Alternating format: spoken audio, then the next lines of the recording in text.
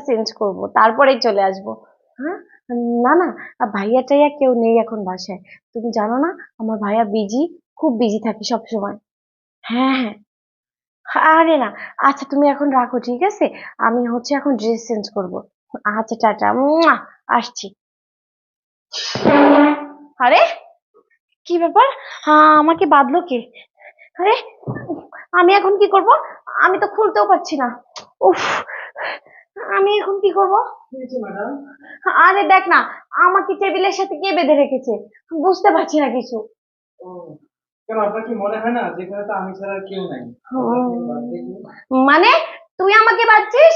এই, তোর এত বড় স্পর্ধা, তুই সামান্য একজন চাকর হয়ে তুই মালকিনকে বাঁধিস? তোর সাহস হলো কি করে?